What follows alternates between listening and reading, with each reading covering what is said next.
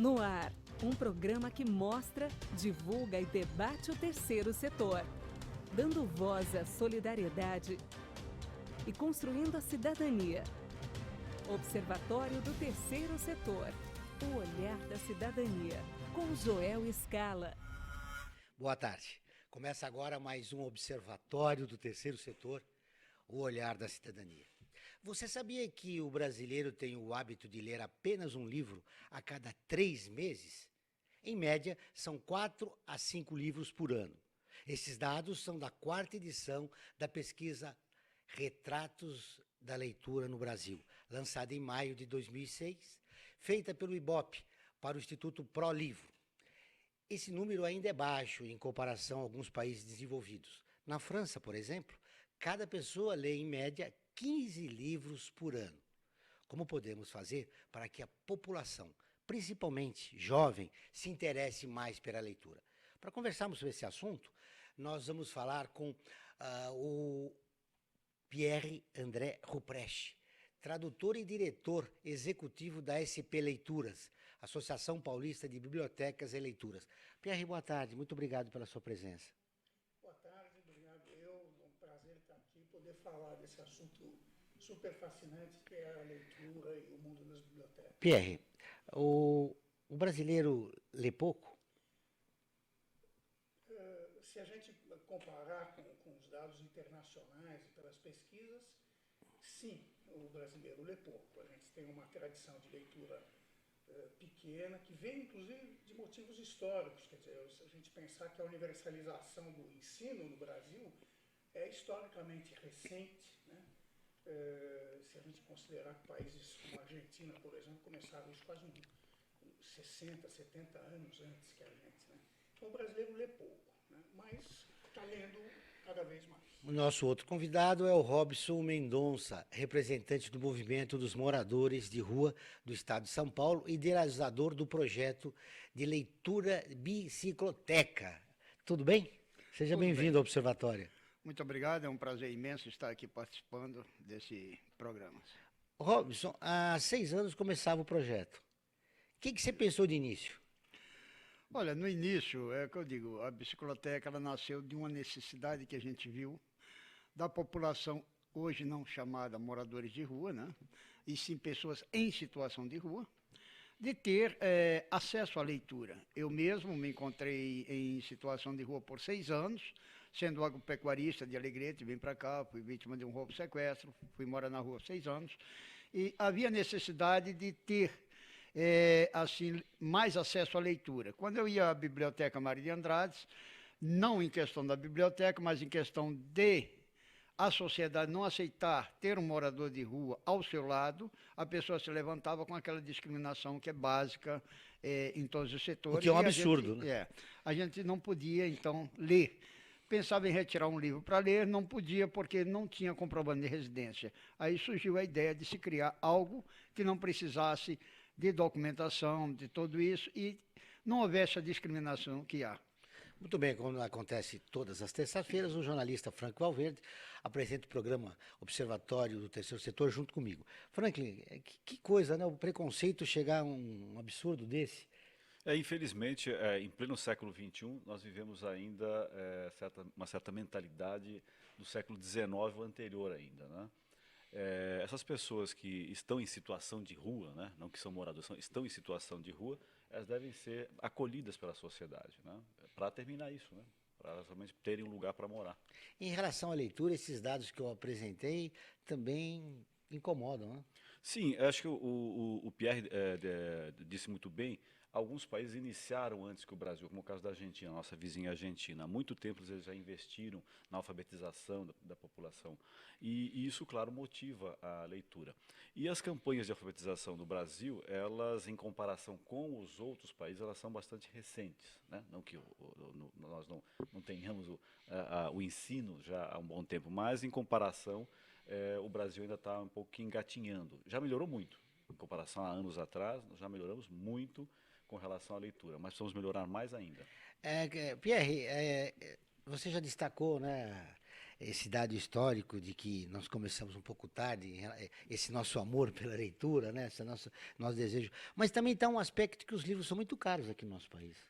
Olha, perdão, existe uma questão do preço do livro, mas eu acho que um dos elementos que a gente deve olhar é a questão das bibliotecas, justamente, né? Porque as bibliotecas são um modo de oferecer acesso à leitura a quem tem dificuldade, justamente, de comprar os itens, né?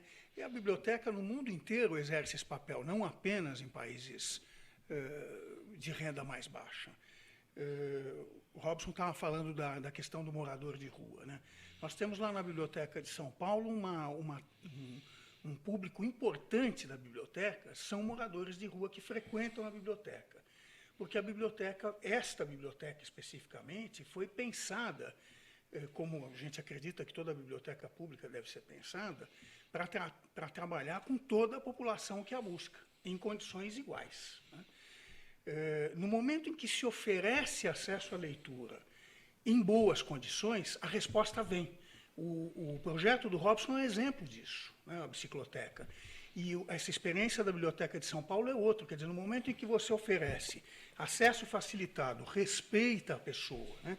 Quer dizer, a pessoa chega lá, tem direito à sua carteirinha, é sócio da biblioteca, pode pegar o livro e levar emprestado. A gente parou, inclusive, de exigir atestado de residência por causa disso, né, para a pessoa ser sócia da biblioteca. E a resposta da população vem. Agora, tem novidade na biblioteca, não tem só livro velho que ninguém mais quer, né? Tem atendimento humanizado na biblioteca. A resposta vem. Quer dizer, quando a leitura é proposta como um prazer e como algo para você fruir, você tem um espaço bom para fazer isso, você tem condições boas para fazer, a resposta vem. Agora precisa fazer. Essa iniciativa de vocês é uma tentativa de quebrar um paradigma que a cultura é só para iniciados, né? É para um grupo fechado, né? Nós temos uma população de quase 200 milhões de habitantes. Nós precisamos estender a leitura para toda a população brasileira. Sem dúvida. E existe uma questão que é muito importante, porque também não adianta a gente imaginar que a biblioteca é aquela casa do saber que as pessoas vão procurar, né? Ela é um espaço de troca de saberes. Portanto, a primeira missão da biblioteca, para ela poder funcionar bem, é reconhecer o saber de quem está entrando. E todo mundo que entra tem uma cultura e tem um saber. Isso precisa ser reconhecido. Se a biblioteca começa a trabalhar e trocar, aí ela começa a fidelizar um público e começam a acontecer coisas em torno da leitura. Isso é interessante, né? Vocês, essa população de risco, né, de momentaneamente na rua, traz essa experiência do que é a realidade brasileira, né? É verdade. Tanto é que quando nós criamos a primeira bicicloteca, o pessoal dizia, mas morador de rua, ele não gosta de ler. Morador de rua não se interessa por livro.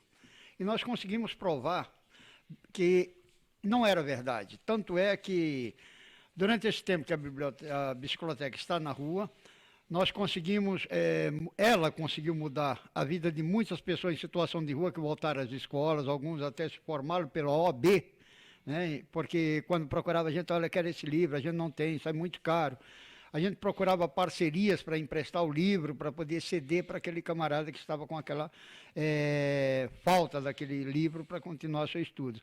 E uma coisa que eu gostaria de acrescentar aqui, nesses dados de leitura da população do brasileiro, a população de rua ela não é inclusa nessa pesquisa, porque ela não é inclusa nem na pesquisa do IBGE. Então, qualquer pesquisa que pensar a nível de população mundial, a população de rua está fora. Então, às vezes, pode ser um 0,1%, mas já é um diferencial em qualquer pesquisa. Não, claro, sem os dados exatos você não pode construir soluções e desenvolver projetos para resolver o problema, né? É verdade, é verdade. Agora, quem que trabalha com vocês? Quem faz esse trabalho de levar o livro na bicicleta? Bom, antigamente era eu mesmo que fazia esse trabalho, e hoje eu digo sempre para as pessoas, eu sou casado com a morte, ela pediu divórcio, enquanto ela não pede pensão alimentícia, eu estou no lucro, né? Porque eu tenho câncer no pulmão, Eu tenho tumor cerebral, tenho bursite e tenho trombose. Então fica difícil para eu pedalar hoje em dia, até para subir uma escada, alguma coisa, tenho dificuldade. Mas eu trabalho com alguns adolescentes em regime LA, e eles é que faz o monitoramento, acompanhamento, leva essas biciclotecas em determinadas paradas e coisas. Eu só participo, hoje eu estou tipo freelance, só vou quando é a imprensa, alguma coisa. Olha, vem cá, contar a história, eu estou presente, mas mais é essa garotada que faz trabalho. Esse grupo de voluntários é formado por quantas pessoas? São 8 adolescentes que têm trabalhando. São 8 adolescentes. Você falou em regime de LA. Para os nossos ouvintes e espectadores, explica o que vem a ser o LA. LA é liberdade assistida, é quando eles saem da Fundação Casa, tem algumas regras, então ele tem a liberdade assistida que a gente tem que estar monitorando, fazendo todo aquele acompanhamento para ver o chamado reinserção à sociedade, que eu detesto essa palavra de reinserção à sociedade, porque eu digo o seguinte, a sociedade é um pouco, como eu vou dizer, para não usar um termo mais chucro, mas vou ter que usar, é hipócrita. Porque a pessoa em situação de rua e o adolescente infrator, ele não saiu da sociedade, ele está na sociedade, a sociedade não aceita ele, né? Então eu digo, a gente tem que incluir na comunidade que pensa como um todo. Eu tenho que tirar aquele infrator ou aquela pessoa em situação de rua para incluir a comunidade e não a sociedade, porque ele nunca saiu da sociedade. A sociedade é que vê ele como uma ferida, uma doença contagiosa e tem medo até de se aproximar. O problema está nele, não na sociedade. É claro que está na sociedade, não nele, né? Esse projeto de inclusão é muito importante para o crescimento da leitura, não é, Pierre? Sem dúvida. E eu diria que é onde, quer dizer, a leitura,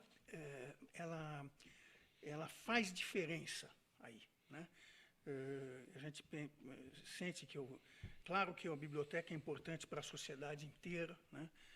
Para qualquer segmento da sociedade, enquanto a biblioteca é um instrumento de acesso a conhecimento, de troca de culturas, né?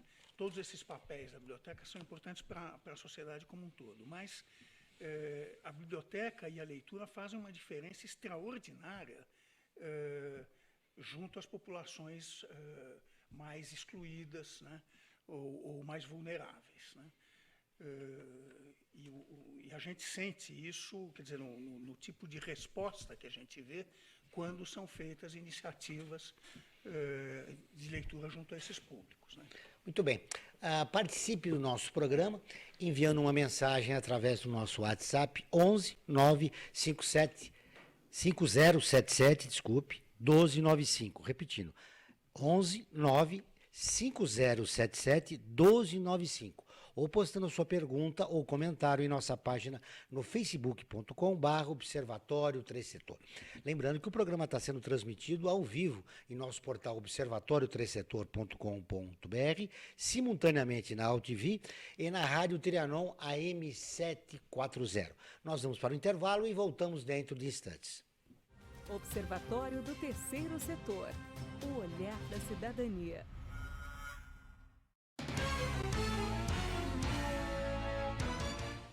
O Observatório do Terceiro Setor é uma plataforma de mídia que desde 2012 se dedica a mostrar o trabalho das entidades de interesse social.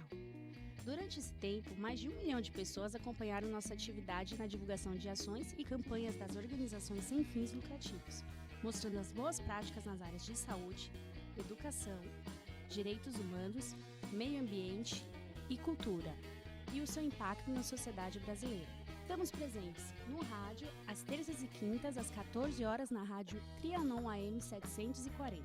E na TV, às quartas-feiras, à meia-noite, na TV aberta de São Paulo, nos canais 9 da NET, 8 da Vivo Fibra e 186 da Vivo. E na internet, com um portal e perfis no Facebook e no Instagram. Hoje, já contamos com um acervo de mais de 15 mil minutos de gravação, com cerca de 400 personagens que fazem a diferença no terceiro setor. E atingimos mais de 40 países. Observatório do Terceiro Setor, o olhar da cidadania.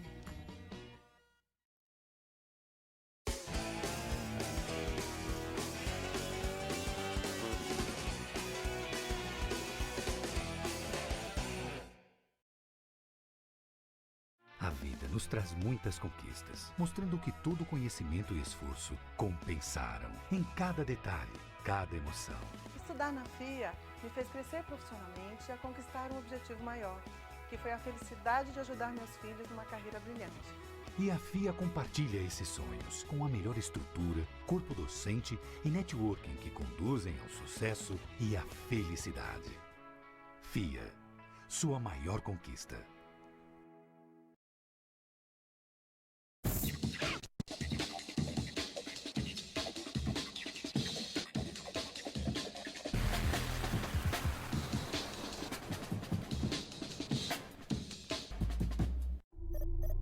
Internacionalizar a economia afeta o seu emprego? Para onde vai o Brasil? Ter opinião sem análise é só repetição. Repetição, repetição, repetição, repetição, repetição, repetição, repetição, repetição. Informação é importante. Análise é fundamental. Le Monde Diplomatique Brasil. Independente e crítico.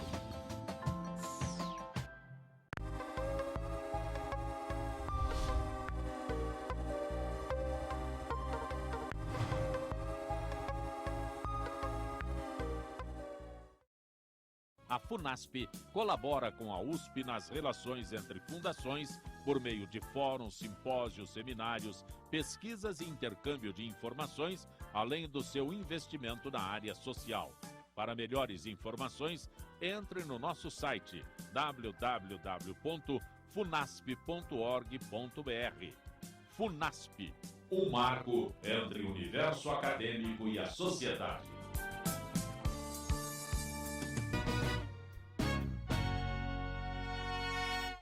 Observatório do Terceiro Setor, o olhar da cidadania.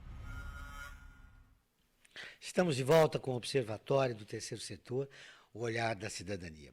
Agora vamos conferir a reportagem da nossa parceira de conteúdo, a Rádio ONU. A matéria de hoje é sobre a falta da internet nos países menos desenvolvidos. A Lê da Letra, de Nova York, tem as informações. Quase 4 bilhões de pessoas continuam sem acesso à internet, apesar do serviço estar mais barato em muitos países. Um levantamento da União Internacional das Telecomunicações destaca que a maioria dos usuários vive em nações em desenvolvimento, com 2,5 bilhões de pessoas acessando a rede. E cerca de 1 bilhão de usuários estão nos países desenvolvidos, que têm um alto índice de alcance da internet. Nos países ricos, 81% da população acessa a rede, contra 15% nas nações menos desenvolvidas do mundo. A pesquisa da OIT revela também que a cobertura de telefones móveis já atinge 95% da população global. São quase 7 bilhões de pessoas com celular, sendo que em muitas áreas a cobertura ainda é 2G. As assinaturas de banda larga devem alcançar 12 entre 100 habitantes do planeta neste ano, com Europa e Américas liderando. Usar a internet em aparelhos móveis sai mais barato do que ter uma rede fixa em casa. Na Europa, 84% das casas estão conectadas, comparado com 15% na África. A desigualdade de gênero também é uma realidade no setor. O alcance da internet é maior para os homens do que para as mulheres, com a disparidade batendo os 12% pela média global. Enquanto na África, a disparidade do alcance entre homens e mulheres chega a 23%, nas Américas o índice é de 2%. Da Rádio ONU em Nova York, Lê da Letra. Muito bem. Com essa matéria, a gente pôde perceber... Pierre, a internet é uma ferramenta para estimular a leitura. Alguns especialistas dizem que não, que ela é a grande adversária do livro, né? A sua visão sobre o assunto? Ela, sem dúvida... Quer dizer, primeiro, a internet é um fato, né? Não adianta a gente querer brigar contra. Segundo, ela é, sim, um instrumento que acelera, vamos dizer, a leitura. Agora, tudo depende do uso que se faz, né?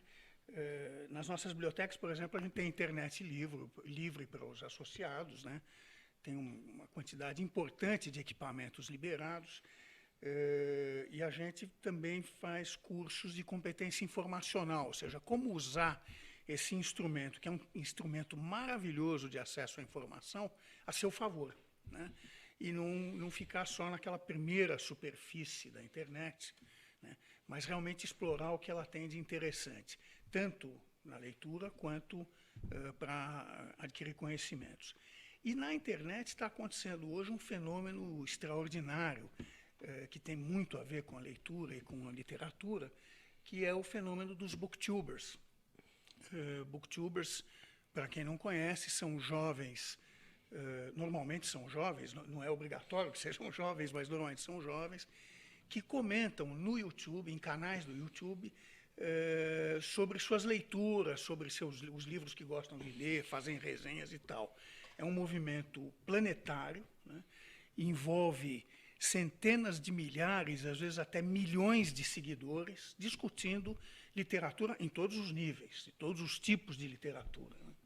Isso em países que já tem uma tradição na leitura. Mas, Frank, você que é professor e jornalista, os alunos estão lendo mais, menos? A internet é uma ferramenta que está sendo usada de uma maneira boa?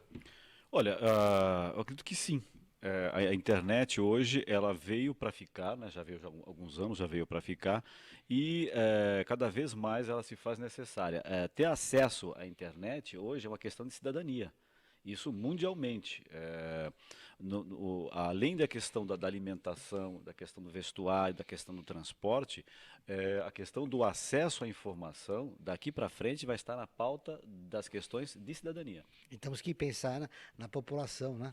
Que vive de risco na rua, porque essa não tem ainda acesso à internet, né? Mas você sabe, Joel, desculpa só até interromper, eu já encontrei pessoas, moradores de rua, que têm e-mail e que pesquisam e que vão nos postos que o Estado coloca de acesso à internet para se comunicar, para ter informação. Eles não têm onde morar, mas eles têm como ser encontrados. Robson, esse é um exemplo, é um caso raro ou isso está disseminado já na população? Essa questão é interessante, senhor Puxou, porque antigamente a população em situação de rua realmente tinha acesso à internet.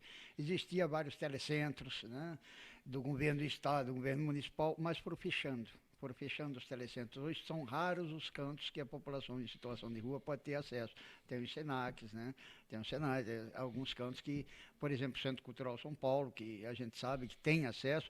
Inclusive, quando eu estava na rua, eu me sentia um Bobstar em ter acesso ali, porque eu ia lá para escutar uma música, para ler um livro, para várias coisas. Uma peça de teatro, tá? Shows.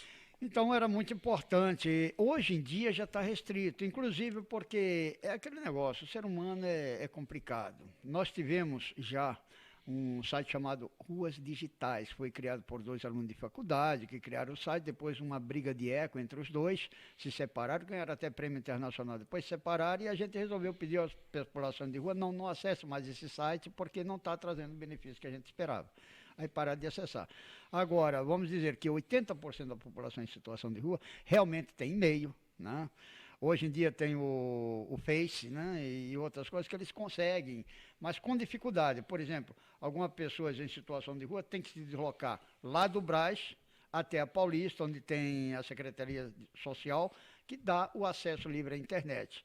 Porque tudo tem um tempo limitado, a quantidade de público é muito grande, não pode realmente ter um tempo integral, então fica um tempo limitado e isso dificulta um pouco para a questão da internet. Pierre, você queria falar alguma coisa? Não, dizer que mundialmente, quer dizer, o papel, um dos papéis principais hoje da biblioteca pública é fornecer acesso à internet, né? Tanto as nossas 2 bibliotecas, tanto a Vila Lobos quanto a Biblioteca de São Paulo, oferecem acesso livre à internet, porque é importante mesmo, é uma questão de cidadania mesmo, né? E essa é uma questão mundial, quer dizer, no mundo inteiro, é papel da biblioteca. A biblioteca pública, como provedora de informação, tem que prover acesso à informação, tem que prover acesso à internet. Muito bem, agora vamos ao Falando em Saúde. Frank, quais são as novidades de hoje? Falando em cultura, vamos falar um pouco de cultura antes de falar em saúde, né? Mas a questão cultural é uma questão de saúde mental, né? Eu fui traído pelo meu subconsciente, estava com saúde na cabeça por várias razões, mas a saúde é cultura. Também, né? E hoje nós temos temos 2 dicas de cinema. 2 dicas de cinema. A primeira delas é o 11º Festival de Cinema Latino-Americano de São Paulo, tá? Que vai acontecer, que está acontecendo em 9 espaços da cidade de São Paulo. Nós temos no Memorial da América Latina, no Cine Sesc, no Centro Cultural São Paulo, no Centro Cultural Banco do Brasil, enfim, e mais de uma série de outros espaços espalhados por várias regiões de São Paulo. E esse Festival de Cinema Latino-Americano reúne produções... Filmes que estão sendo passados lá, exatamente, estão sendo são imagens dos mostradas filmes agora. que estão sendo passados durante esse festival. Nós temos produções da Argentina, do México, da Colômbia, do Equador, Paraguai e também do Brasil. Do Brasil, destaque para a sessão que vai ter amanhã, às 19 horas, no Centro Cultural Banco do Brasil, lá no centro da cidade, próximo à Estação Sé do metrô, que é uma seleção de curtas da Ana Mui Laerte, cineasta Ana Mui Laerte, né, que fez muito sucesso no ano passado com o filme Que Horas Ela Volta. Né? Então vai ter uma sessão, né, de curtas dela. E a outra dica de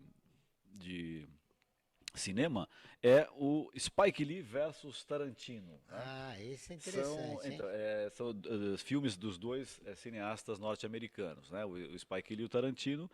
O Spike Lee com seus temas sempre ligados às questões da minoria, às questões de combate ao racismo, e o Tarantino que trata principalmente de temas ligados à violência. E essa disputa entre filmes do Spike Lee e do Tarantino vai acontecer a partir de quinta-feira até domingo, na sala Lima Barreto do Centro Cultural São Paulo, que fica fica na rua Vergueiro, número 1000, próximo à estação Vergueiro do metrô. Preços populares nas duas Que boa programações. dica, Frank, que boa dica. O Spike Lee agora voltou, né, novamente à moda, porque o que está acontecendo os últimos acontecimentos nos Estados Unidos, com atos de discriminação em relação à população negra, ele sempre tocou nesse assunto. Aliás, é o que é de mais importante na obra dele. Sim, a obra dele denuncia e conscientiza, né, também essa questão que é inadmissível em pleno século XXI. Né? Nós ouvimos agora falando em cultura, não saúde. Vamos para o intervalo e voltamos dentro de instantes. Observatório do Terceiro Setor. O olhar da cidadania.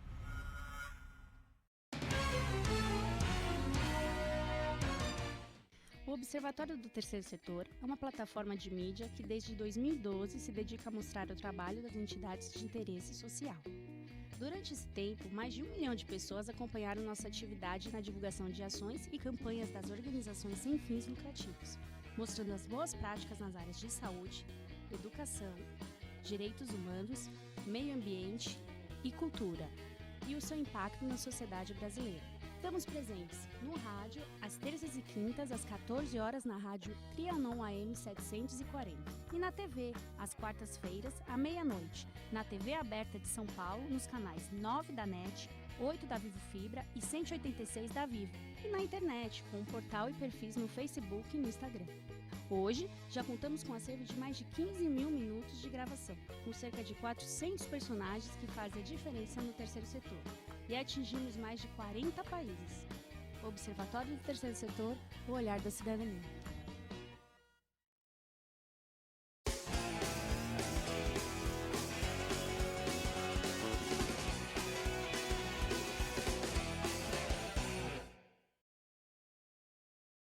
A vida nos traz muitas conquistas, mostrando que todo conhecimento e esforço compensaram em cada detalhe, cada emoção. Estudar na FIA me fez crescer profissionalmente e a conquistar um objetivo maior, que foi a felicidade de ajudar meus filhos numa carreira brilhante. E a FIA compartilha esses sonhos com a melhor estrutura, corpo docente e networking que conduzem ao sucesso e à felicidade. FIA, sua maior conquista.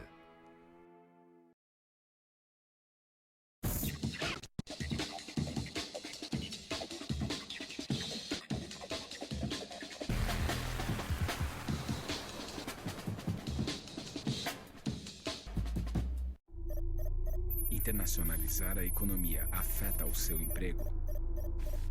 Para onde vai o Brasil? Ter opinião sem análise é só repetição. Repetição, repetição, repetição, repetição, repetição, repetição, repetição, repetição. Informação é importante. Análise é fundamental. Le Monde Diplomatique Brasil. Independente e crítico.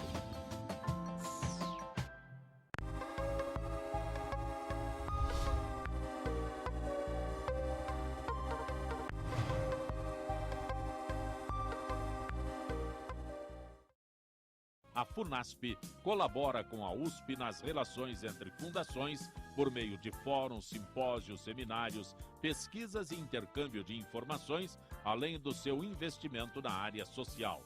Para melhores informações, entre no nosso site www.funasp.org.br. FUNASP, um marco entre o universo acadêmico e a sociedade.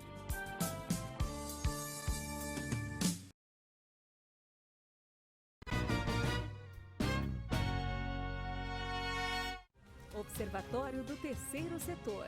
O olhar da cidadania. Muito bem. Voltamos com o Observatório do Terceiro Setor. Agora vamos conferir as notícias do Observatório.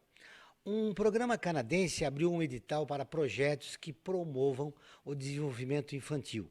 A iniciativa conta com a parceria da Fundação Maria Cecília Souto Vidigal e os projetos relacionados receberão ajuda financeira de até $250 mil. Uma outra notícia é que o Instituto da Oportunidade Social está oferecendo cursos gratuitos de profissionalização para jovens e pessoas com deficiência. São mais de 1.000 vagas distribuídas em 4 estados brasileiros. Para ver esta e outras notícias, acesse observatório3setor.com.br e o nosso facebook.com/Observatório 3 Setor. Muito bem, o Observatório Terceiro Setor está em todos os estados do Brasil e em mais de 40 países. Mas hoje eu quero agradecer e enviar um abraço aos cariocas. O estado do Rio de Janeiro é o que mais curte e participa do Observatório do Terceiro Setor. E também quero agradecer aos amazonenses. O Amazonas fica em terceiro lugar, atrás do Rio de Janeiro e de São Paulo, em curtidas e participação no nosso portal e nosso site. Obrigado pelo carinho. E se você ainda não curtiu o Observatório, acesse facebook.com/Observatório Terceiro Setor e fique por dentro das matérias, programas, artigos. Inclusive, este programa ele vai estar daqui a pouco para você rever novamente. Acesse facebook.com/Observatório 3 Setor. Ô Pierre, nós conversamos aqui no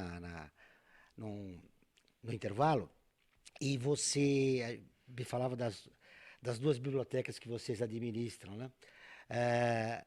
Qual é o que dá mais trabalho? Você tem lá no Vila Lobos e a Biblioteca São Paulo, não é isso? Aqui fica no Parque da Juventude. Esse é um dado importante porque é onde era a Casa de Detenção de São Paulo, né? A Biblioteca de São Paulo fica no Parque da Juventude, onde era um dos pavilhões do Carandiru, né? Simbolicamente é muito interessante isso, quer dizer, caiu um presídio e surgiu uma biblioteca no local, e uma biblioteca com esse conteúdo de biblioteca viva, com muita programação cultural e tal. Nós tivemos lá um episódio uma vez que mostra muito o alcance que ela tem. Nós temos nessas bibliotecas, nós temos uma figura que a gente chama de hostess, é uma pessoa que fica na entrada da biblioteca e que recebe as pessoas que você percebe que estão um pouco estranhando, recebe para que a pessoa se sinta em casa e possa achar os equipamentos e tal. E um desses visitantes entrou, estava observando e perguntou a essa hostess o que é isso aqui, né? Porque essas bibliotecas não têm o aspecto da biblioteca tradicional. E a hostess começou a explicar, isso é uma biblioteca pública, aqui acontece um monte de coisa e tal. E ela foi se empolgando, né? E contou para ele, o senhor sabe que aqui era o pavilhão do Carandiru e tal. E a resposta foi, eu sei, eu vivia aqui sob a administração anterior, né? Quer dizer, era um ex-detento, né? Exatamente. Então essa biblioteca ela tem um alcance muito interessante por causa da mescla de públicos que ela promove. Nós temos muitas pessoas em situação de rua que frequentam essa biblioteca, muitos estudantes da ETEC, tem uma escola técnica na frente, famílias que frequentam o parque vão a essa biblioteca, profissionais liberais que vão lá e usam o espaço da biblioteca para trabalhar. Então, há uma mescla de públicos muito interessante, né? Isso gera, naturalmente, situações que a gente tem que administrar, mas funciona extremamente bem. O que eu acho um aspecto interessante nessa biblioteca, particularmente, é que ela tem um espaço para shows, ali perto dela tem um espaço para shows ali, e se você vai dar uma caminhada ali no Parque da Juventude, você também tem a oportunidade de ler um bom livro ali e passar algumas horas num ambiente agradável. A campanha Eu Me Importo, olha só, o Observatório do Terceiro Setor elaborou uma lista com entidades que se dedicam aos 10 temas divulgados ao longo da nossa campanha Eu Me Importo. Através da nossa página no Facebook, recebemos diversos nomes de instituições que realizam trabalhos com foco em algum dos 10 temas divulgados em nossa campanha. Entre os institutos estão a FICAS, de São Paulo, que oferece cursos de capacitação para ONGs, apoiando todas as causas, a Rede Marista de Solidariedade, que atende em 5 estados brasileiros e ajuda crianças e adolescentes vítimas da vulnerabilidade social. E o Instituto Semiar, em São Paulo, que investe e ajuda a manter os jovens nas universidades. A cada programa divulgaremos outras ONGs que realizam trabalhos importantes para a nossa sociedade. Para que a sua instituição seja divulgada aqui no programa, mande o nome da instituição, onde atua, a cidade, o estado e um resumo do trabalho realizado, comentando em nossa página no facebook.com/Observatório 3 Setor. Está aí uma iniciativa interessante. Os nossos convidados já acessaram nossa campanha Me Importo? Já conhece? Não. Conhecia, Robson? Conhecia, Pierre? Não. Estão convidados, por favor. Entre no nosso Facebook e participe. Ali, inclusive, das 10 campanhas que nós já realizamos, ali tem mulheres com vítimas, né, de violência, temos aí os refugiados, e aí vai. Agora eu vou começar com a participação dos nossos ouvintes e espectadores. A Sônia de Itatiba, obrigado pela ligação, Sônia. Por que o brasileiro não tem o costume da leitura? Bom, essa é uma pergunta super ampla, mas há algumas questões que a gente tem que abordar quando fala disso. A primeira delas é que a leitura obrigatória na escola faz mais mal do que bem. Isso hoje está comprovado, né? As pessoas ainda identificam a leitura como aquela coisa chata que me foi impingida na escola, né? A biblioteca, muitas vezes, a gente ainda conhece histórias de gente que era mandada de castigo na biblioteca. Então, a biblioteca é o lugar do castigo. Opa, peraí, né? Então, um dos motivos pelos quais a leitura não é prestigiada no nosso país é porque ela é encarada como um ônus, como uma tarefa, e não como uma coisa prazerosa, que de fato ela é, nem como algo que te dá acesso à fantasia, ao conhecimento, à troca com o outro, quer dizer, a viajar por lugares que você não conhece. Todo esse lado maravilhoso da leitura, ele acaba enterrado debaixo dessa questão da obrigatoriedade de ler, do trabalho, do castigo e tudo mais. Pior que era verdade, né, Franklin? Quando a gente era pequeno, era obrigatório, se você cometia algum problema na classe, né, ou você ia para a diretoria ou você ia para a biblioteca. E essa educação coercitiva impediu, né, de gerações terem um amor pela leitura. E mais ainda, essa coisa do obrigatório, né, e da forma como ela é colocada. O garoto, a garota de 12, 13 anos, que está iniciando, digamos, a segunda etapa do ensino fundamental, não pode começar a ler obras do José de Alencar, por exemplo, do Machado de Assis, que são obras fundamentais, mas que deveriam ser lidas depois, quando ela tivesse uns 15, 16 anos, e não quando está com 10, 12 anos, aí, porque ela vai ter uma dificuldade enorme, uma obra que foi escrita 100 anos atrás, tá? Com uma outra linguagem, uma outra forma de expressão e, no entanto, esse aluno é obrigado a ter que ler. Claro que ele vai detestar a leitura. Tá? Em relação ao morador de rua, a história é outra, né? O que ele mais gosta de ler? Bom, o morador de rua, ele geralmente procura por 4 tipos de leitura, né? Uma é a leitura religiosa, livro, por exemplo, Bíblia, essas coisas que envolvam a religião, né? Espiritismo, esses negócios. Segundo, é livro de autoajuda, que eles procuram bastante. Terceiro é direito, né? E, por último, é ficção. Olha só. São os 4 livros que mais eles buscam na biblioteca. E para o jovem ter um amor à leitura, eu vou continuar já com a participação dos nossos ouvintes e telespectadores, para o jovem começar a ter o seu amor pela leitura, que ele deve começar por onde? Ele deve começar pelo assunto de seu interesse. Eu queria só dizer mais uma coisa sobre a mediação de leitura e sobre trazer as pessoas para a leitura e para o prazer de ler. O fundamental é que o mediador, seja ele pai, mãe, professor, que são, na verdade, os 3 grandes influenciadores pró-leitura, né? Se essa pessoa não tem amor pela leitura, dificilmente ela vai passar isso para o seu aluno ou para o seu filho, né? Então, o trabalho de encantar os outros com a leitura começa por encantar-se com a leitura, né? Então, o bibliotecário, o professor ou o pai, né, que quer encantar seu aluno ou seu filho com a leitura, né, precisa ele se encantar com a leitura em primeiro lugar. A gente só transfere paixão se a gente sente paixão, né?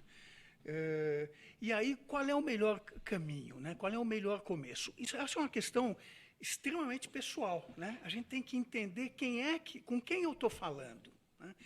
Para entender qual é o campo de interesse dessa pessoa com quem eu estou falando, para poder sugerir qual é a leitura mais interessante. Não há uma resposta padrão para isso. A resposta padrão é entender o interesse do candidato a leitor, né, e seguir o caminho do interesse dele, né? Acho que essa é a melhor... Você sabe, no meu caso, eu lia jornal e via os textos do Nelson Rodrigues, falando sobre futebol. Maravilha. E aí eu comecei a me interessar, fui atrás da obra dele e comecei. Aliás, os grandes jornalistas do século passado, dos anos 50, 60, 70, eram grandes escritores, né? Grandes escritores. E aí eu fui nas páginas daqui de São Paulo, do Jornal da Tarde, onde o Nelson escrevia, porque ele mandava coluna do Rio, né? Ele sempre foi do Rio de Janeiro. E aí eu comecei a me luxo, né? Muito bem, continuando com a participação dos nossos ouvintes, a Janice Alves, de Foz do Iguaçu. Obrigado, Janice, pela sua ligação. Parabéns ao Robson, linda história de vida. O analfabetismo é um obstáculo para a leitura dos moradores de rua? Ela está perguntando isso. O analfabetismo, primeiro, os moradores de rua, eles formam uma população assim mesclada, né? Alguns não tiveram formação cultural, outros, como você, já vem com uma bagagem, enfim. Ela pergunta especialmente em relação ao analfabetismo. Isso aí é um mito, não é real. Entende? Eu digo pelo seguinte, eu tenho pessoas em situação de rua que são advogados, professores, jornalistas, né? Engenheiros, que estão em situação de rua. Temos pessoas que falam bilíngues, estão em situação de rua. É uma minoria muito pouca que são analfabetos, vamos dizer assim, literalmente. A maioria são alfabetizados, sim. Claro que nessa classe jovens agora, poucos conseguiram passar da 7ª série. Poucos conseguiram. A evasão escolar é muito grande por vários fatores. Não é só a questão da leitura, são N fatores. É a mesma coisa que a gente falar, a população de rua que leva a pessoa a virar moradores de rua. Eu digo, olha, geralmente é conflito familiar. E esse conflito familiar, ele tem várias raízes. Pode ser uma perca de emprego, pode ser uma traição, pode ser o alcoolismo ou qualquer outra espécie de droga. Então, são vários os fatores. Bem assim, na população em situação de rua, nós temos pessoas catedráticos que estão em situação de rua, mas isso não é imbecilidade para a questão de livro. Havia, sim, agora, há mais facilidade de 2010 para cá, houve, assim, uma melhor acessibilidade à leitura. Antigamente, realmente, havia uma grande dificuldade. Qual foi o livro que te impactou na tua vida? Foram 2, Revolução do Bicho, de George Orwell, e A Droga da Obediência, foram os 2 livros mais impactantes. George Orwell, um escritor inglês, né? Isso. Já morto, já escreveu alguns anos atrás. Tem um livro também, 1984 também. Muito bem. Nós vamos para o intervalo e na volta nós vamos continuar com as perguntas dos ouvintes. Fique aí. Voltamos. Observatório do Terceiro Setor. O olhar da cidadania.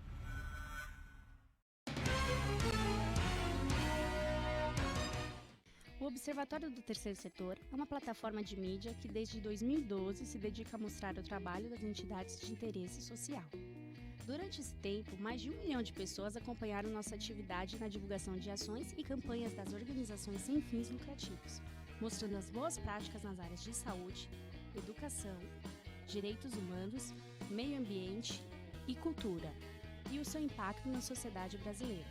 Estamos presentes no rádio, às terças e quintas, às 14 horas, na rádio Trianon AM 740.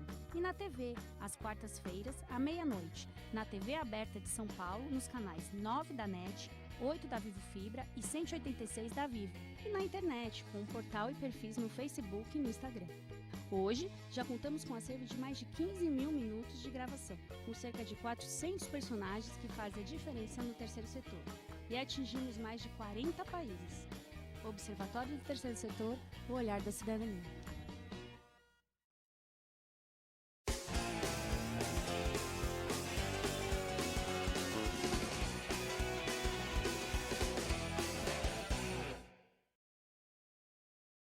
A vida nos traz muitas conquistas, mostrando que todo conhecimento e esforço compensaram em cada detalhe, cada emoção. Estudar na FIA me fez crescer profissionalmente e a conquistar um objetivo maior, que foi a felicidade de ajudar meus filhos numa carreira brilhante.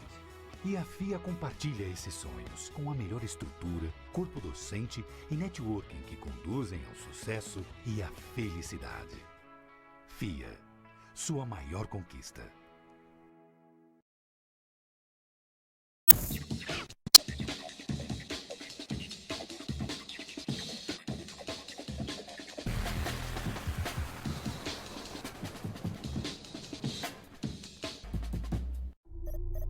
Internacionalizar a economia afeta o seu emprego? Para onde vai o Brasil? Ter opinião sem análise é só repetição. Repetição, repetição, repetição, repetição, repetição, repetição, repetição, repetição. Informação é importante. Análise é fundamental. Le Monde Diplomatique Brasil. Independente e crítico.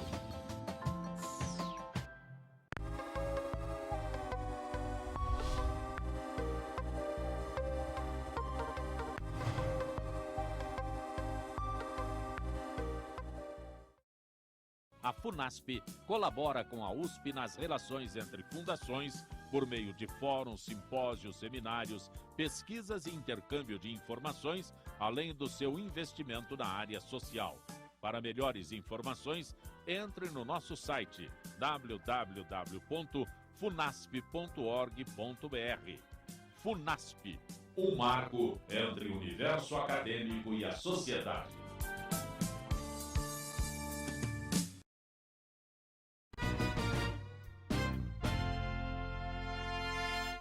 Observatório do Terceiro Setor, o olhar da cidadania. Muito bem, voltamos com o Observatório do Terceiro Setor, o olhar da cidadania. Continuando com a pergunta dos nossos ouvintes e espectadores, as perguntas vão aparecendo. Agora a Joana de Perdiz, aqui de São Paulo. Saímos lá de Foz do Iguaçu, viemos para São Paulo. O Robson aceita doações de livros? Quase 4 bilhões de pessoas como continuam proceder? sem acesso à internet. Ela quer ajudar e quer saber como te ajudar. Primeiro, se você aceita. E depois, como fazer? Claro, nós para aceitamos. Encaminhar para você a doação. Nós aceitamos sim. Nós temos uma dificuldade porque, como ex-morador de rua, não contamos com a ajuda do governo municipal, nem estadual, nem federal. Né? Nós contamos sim com parceiros particulares, iniciativa privada. Não temos carro, não temos maneira, às vezes, de buscar a doação. Tem gente que, às vezes, lá de Itaim Paulista, olha, eu tenho 500 livros, 50 livros, você tem como vir buscar? Eu digo, olha, se fica longe de estação, de trem ou de metrô, ou parada de ônibus, é difícil. Nós não temos como ir buscar. Mas nós aceitamos sim, né? Nosso endereço é Rua José Bonifácio, 395, loja 10. Centro Velho de São Paulo. Centro Sé, é bem ali no Lago São Francisco, descida para o metrô Anhangabaú.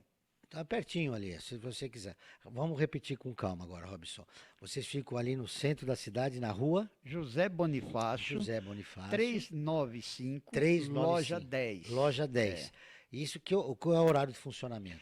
Das 9 da manhã ao meio-dia e das 14 às 17 horas. De segunda a sexta-feira? De segunda a sexta-feira. Mas também atendemos sábado e domingo, porque ali é minha casa, meu escritório, é tudo. Ah, muito bom. Olha só, então se está aí, Joana, se você quiser contribuir, é só ir lá no centro e fazer sua doação, é isso? É isso. E também, se quiser entrar em contato, se me permite, se quiser entrar em contato via telefone, nós temos nosso WhatsApp, que é o 948337093. Repetindo? 948337093. Muito bem. O Paulo Moraes, de Sertãozinho, ali perto de Ribeirão Preto. Vale estimular a leitura para qualquer tema? A minha filha só quer ler livros de vampiros. O que eu faço? Está muito na moda agora, né? Isso é para você, Pierre.